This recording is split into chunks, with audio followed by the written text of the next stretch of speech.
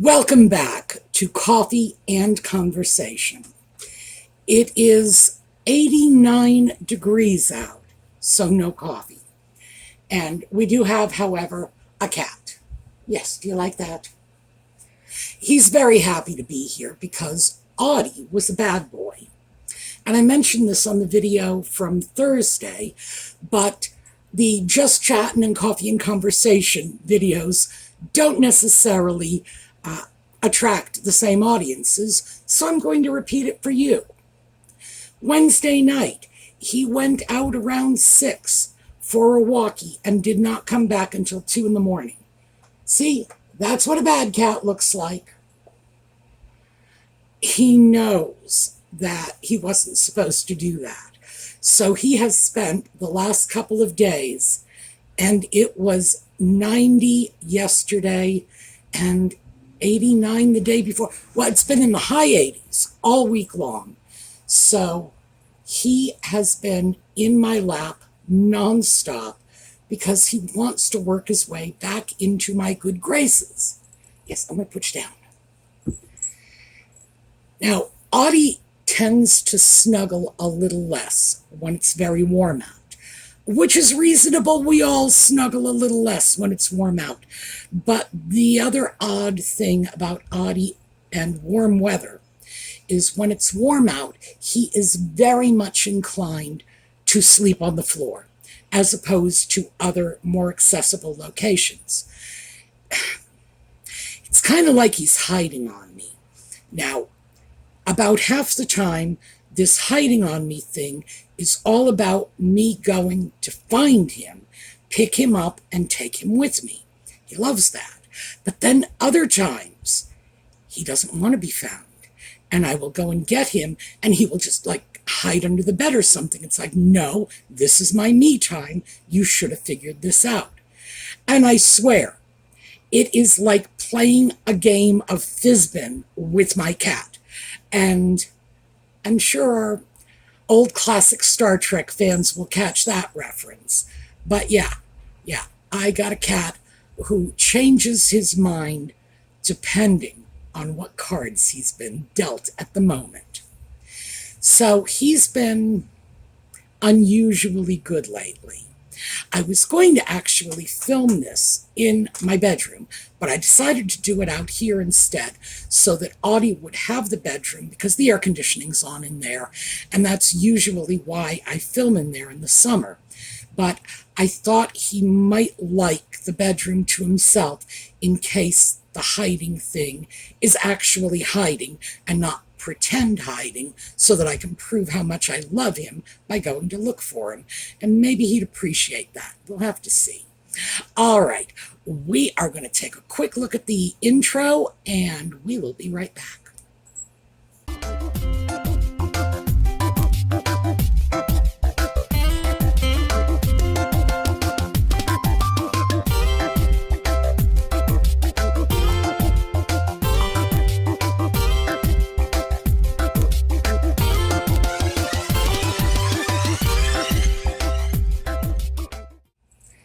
So Audie is back in my lap. He did not want to be put down. So say hi. No, that wasn't that. I brought that on myself. I know he likes to be on the shoulder. Let me start off with an interesting update about my yard. I did tell you all 6 months ago when the township came in, tore out my hedge, and widened the road, and the end result of the widening was maybe 6 or 8 inches on my side of the road. But it cost me my hedge. I wasn't thrilled about this because when I planted the hedge, I had called out the roads department before the hedge even went into the ground, when it was in its little tiny 4-inch plant pots, and said, this is where I'd like to put the hedge in. Do you have a problem with it? And they actually helped me adjust the line.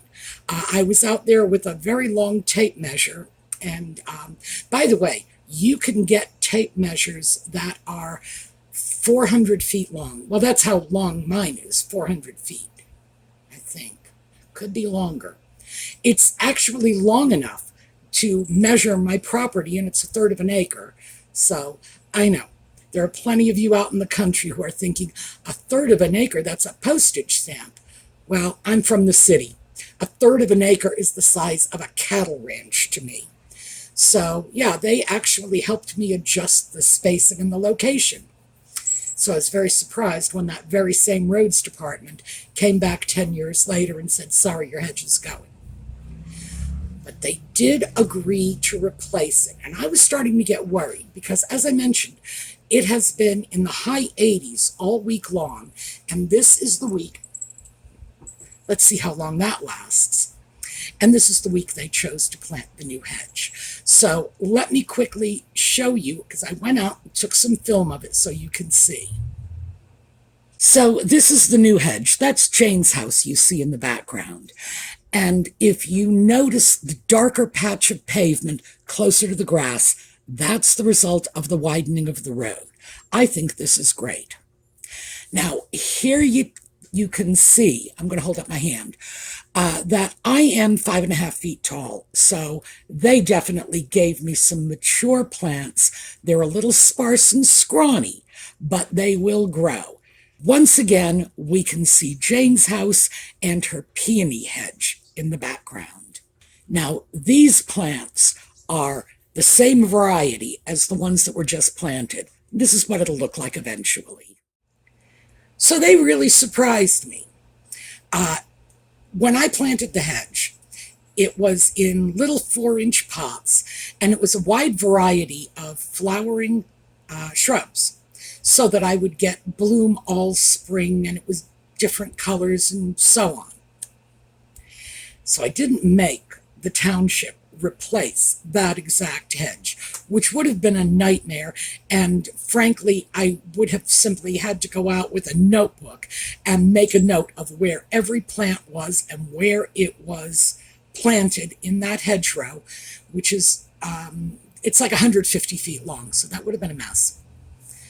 So I told them that it was fine. We would go with one of the other bushes I have in another part of the hedge that they did not touch. But it was a mixed shrub hedge.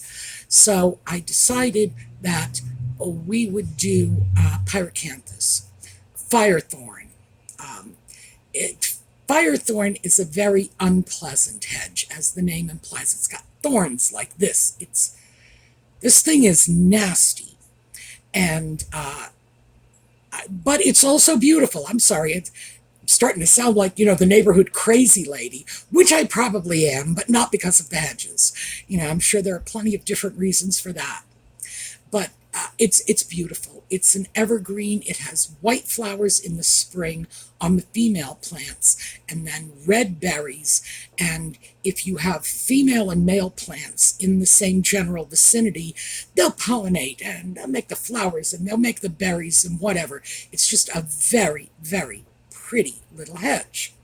And I have 3 that are still in the yard from my first planting, because they weren't in the area where they were widening the road. So I don't have to worry about pollination. I believe I have 2 females and a male. So, hey, everybody's going to be pollinated. Everybody's going to be happy. What did surprise me is, as I showed in that little film clip, the tallest of the plants is taller than I am. It's probably close to 6 feet tall. And this is the township. I was sure they were going to come out with little itty-bitty sprigs and say, here you go, here's 4 little sprigs, this is your hedge. Oh, no.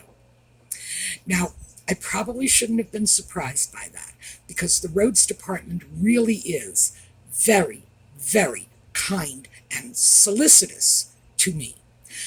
I'm sure they're that way to everybody, but they do make me feel like it's just special, like just me. When they found out I was walking before dawn, they came by to drop off a reflective vest. And they said, we're worried about you walking the streets. I'm like, I walk at 5 in the morning. How do they even know I'm walking the streets to begin with? And if they're just seeing somebody walk the streets, how do they even know it's me? Well, they did. And of course, they put up my blind sign, and the caution visually impaired person drives slow, which is, when you stop and think about it, that is remarkably kind. And they have that sign on both ends of my street when they found out I was walking up this way instead of going around downtown. I feel very, very special. And even if it's not about me, isn't it wonderful that they make me feel like it's about me? So that is my new hedge. It's going to take probably 3 or 4 years before it fluffs out enough to even really be anything more than, spindly little tree stuff. But it will get there. And I was very, very pleased by this. But I was worried because of the heat. So I'm going to have to go out and make sure that stays watered. The upside is I only have to do that a couple of days, because even though it's been brutally hot here, it's also been very wet. All right, that's what we have to say about what's going on in my yard. Oh, wait. Gosh, I was all ready to pack that little digression away. Jane's peony bush. The reason I mentioned that in the film clip is Jane, as I'm sure you could see from the film clip, has a little peony hedge. Well, it's not little. It's got to be a good 60 feet long. And the peonies are beautiful. That is an old hedge, so the flowers are like dinner plate size. It's gorgeous. And as it happens, Jane's husband does not like peonies. So I am totally free to go over there with my scissors and just my bucket and just load up on peonies, which I love. And Jane, of course, because she can't bring them into her own home because her husband hates them, is more than happy for me to take advantage of them. Isn't that wonderful? I even have a cutting from one of her peony plants over in front of the schoolhouse, and it's had a rough time because, of course, we lost the roof from the schoolhouse, workmen were coming and going, mess, and that peony plant, well, it was abused, but it usually does produce 1 or 2 blossoms, and when it gets bigger, it will produce more, and who knows, eventually I may have my own 60-foot peony hedge. In the meantime, I have a house full of beautiful, fragrant flowers every year at the end of May. So, can't beat a neighbor like that, can you? All right, we are going to get into the topic of this video. So, I had to take a quick break because it is really hot here. And as you saw, I was wearing yellow. So I have certainly not given up on the yellow for Catherine and for Lex's mom and for everybody else who is fighting cancer. May you all have the greatest of success. But I just couldn't keep the shirt on anymore. It's far too hot here. And as I mentioned, I'm leaving the air conditioning for a spoiled cat. I wanted to talk briefly about channeling stress. And this occurred to me in a blinding flash a few days ago, that it's something I have always done. And I wanted to share it with the rest of you because I think this is one of the reasons that I am not a stressed out or anxious person, because I've always done this. My grandmother taught me to do this when I was a small child. Whenever I would become nervous or upset, they had this notion I was high-strung when I was little. They identified me as high-strung. I was like, she's so high-strung. Stop that, you're making the child nervous. No, turning the child nervous. That's what they would say. You're turning the child nervous. That was what my grandparents thought. And my parents had to sort of live with the consequences of that. My grandmother would give me little jobs to do when she thought I was nervous, which my grandmother was all the time. She was convinced I was simply a nervous wreck as a child. And you know, when people identify you as nervous from an early age and are always seeking ways to make you less nervous, that's the sort of thing that actually does turn you nervous. Well, my favorite job when I was a child, believe it or not, was polishing silver. I know, it's like, is that crazy or what? But I was a little kid and silver was shiny. And little kids are like magpies. You know, you give them something shiny and they're very, very happy. And I loved being able to take a piece of tarnished silver that just looked dull and polish it. And then I could see my reflection in it. And I thought that was magic when I was little. It's not what I do anymore, but the principle is the same. That's where I'm going with this. These days, I polish shoes. Now, let me show you this. All right, shoes, shoe shine brush. I don't know if you can see in this corner, the polish.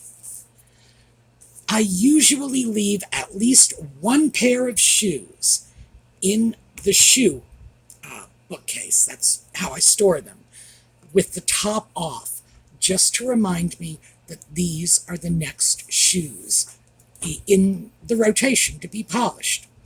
And with the brush and the shoes, and I can just sit here and polish and buff.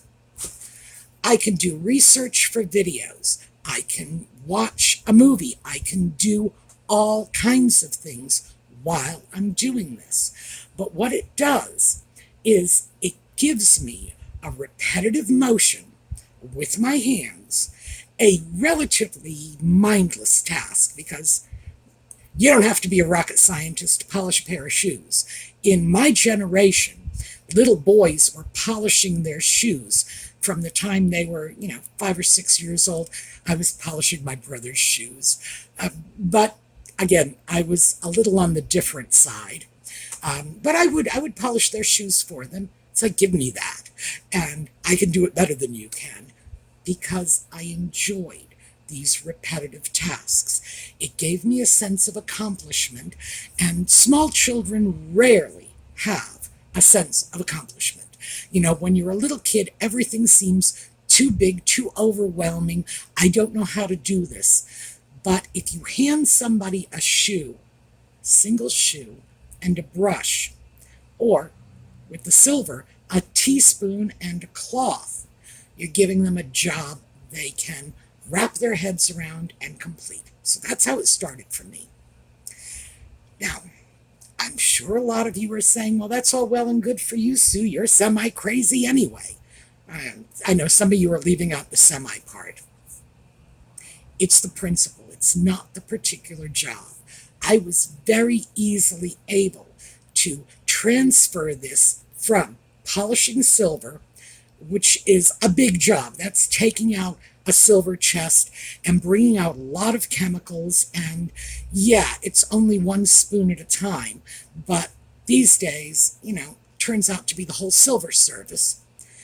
And with shoes, it's one pair at a time, because, where is this? Here we go. I will have to switch the shoe creams. I took out the wrong one. As you can see, no, we do not have a good match here. Oops. So this is the wrong cream for this shoe. Or maybe not, because we got that color here. Maybe that's why I took it out. Who knows? It's manageable. It's a very small job that I can easily do in half an hour. And if I'm still feeling edgy, if I haven't burnt that energy off, I can just grab another pair of shoes. And again, I'm only making a half-hour commitment to the job. Simple. And we all have things we can do like this. It doesn't have to be shoes. For me, it was silver, it was shoes. And that's just the direction that my expression of this took. For other people, it could be folding a load of laundry. It could be tidying up the bathroom. It could be organizing a drawer. Those things, I don't know. Organizing a drawer generally makes me feel like I need to organize another drawer. And that's the kind of thing that can increase your anxiety levels. So that doesn't work for me, but that does work for other people. So I'm throwing this out as a template. No, you don't have to go out and just start polishing shoes as a way of burning off your excess energy, calming anxiety or nervousness or stress. There are so many things you can do. You can iron a shirt, for example, if that's something you enjoy. It's not something I enjoy. No, just thinking about it raises my stress levels. But I do think this is the reason that I am a remarkably stress-free person. And I really am. And I run into people all the time who will say, how do you do that? Because I feel like I'm living in a pressure cooker. Well, there are times when I feel like I'm living in a pressure cooker too. The only difference is I was given a skill set when I was a small child for coping with it. And I've been able to bring that skill set not just into adulthood, but into much later life with me. So I'm throwing this out as an option for those of you who feel your life might be a little more stressful than you would like, or, and this is dreadful, when you have those times when you are just feeling anxious and feeling stressed out, nervous, or maybe even the opposite, depressed, because they're just different sides of the same coin. And you need to find a way to cycle yourself out of it before it turns into something meaningful, because we all know it will. It is a quick way to sort of break that circuit, to just short circuit it, bring yourself into another headspace. And I love the fact that it is productive. Now, I will grant you, polishing my shoes is certainly not the most productive thing I could be doing.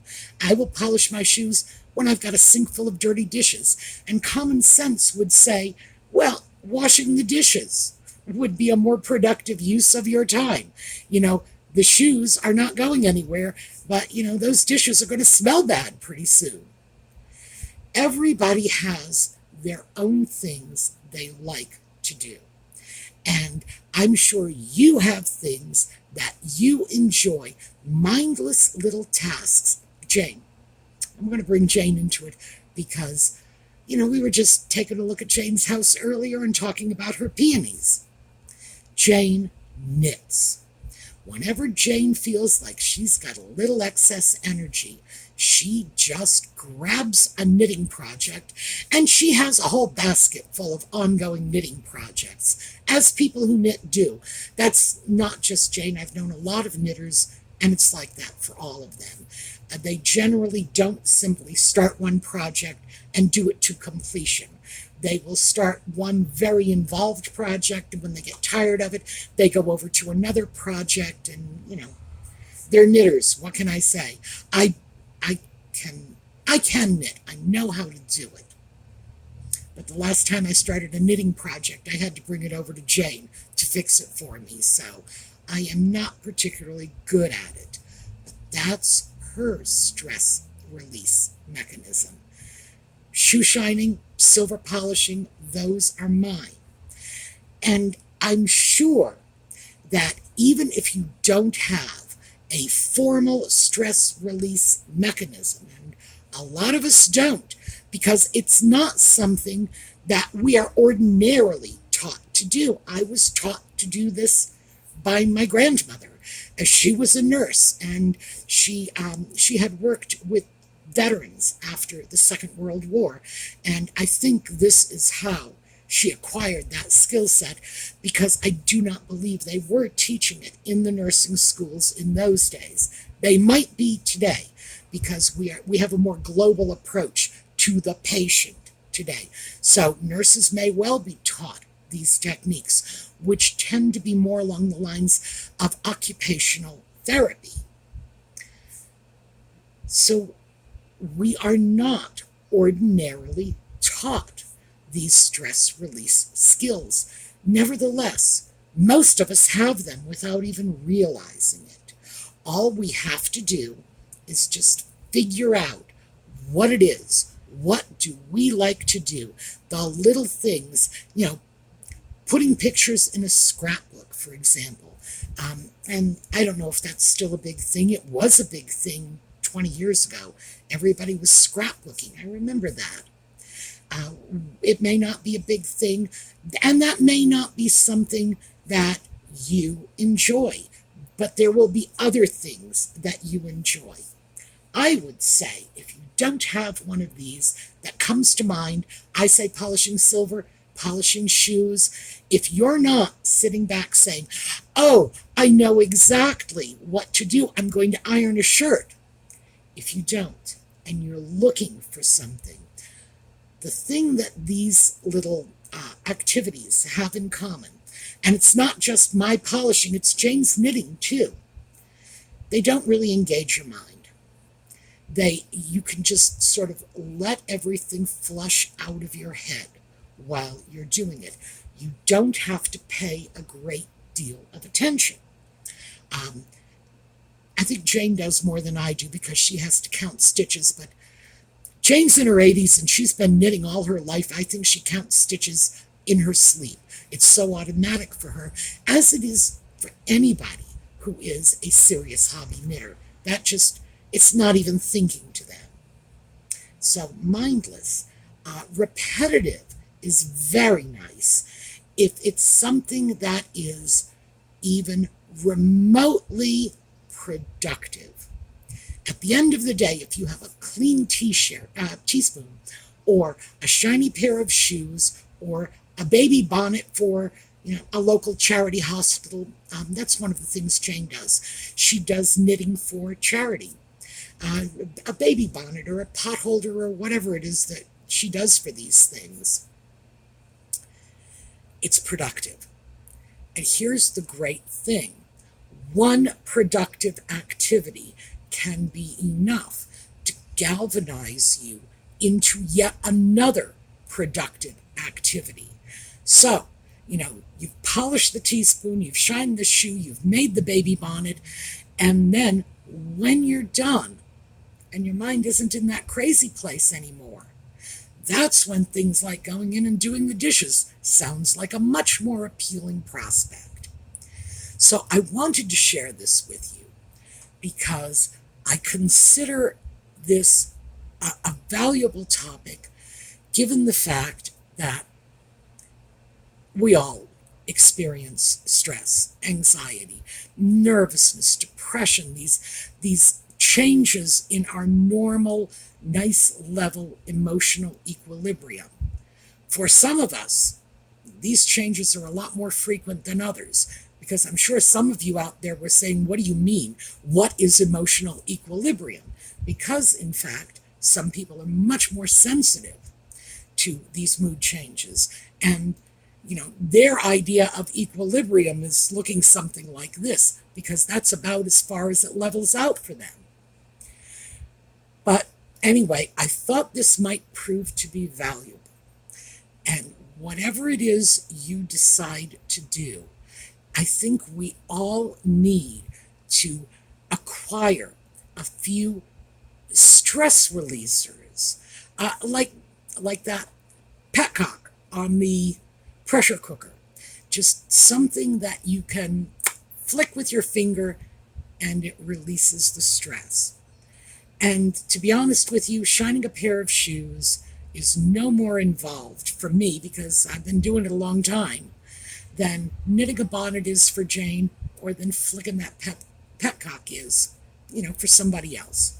So that is what I have for you today.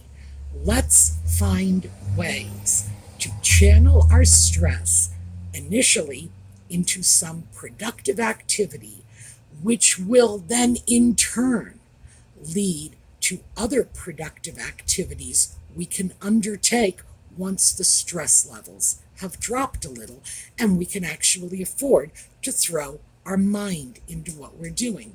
Because remember, the first activity is just to disengage your mind, just to unplug and break that stress connection.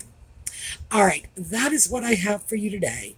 We are going to take a look at a slideshow on the way out. Hopefully, I will see you all tomorrow. I will have a pair of shine shoes tomorrow, and I hope you all have a terrific day.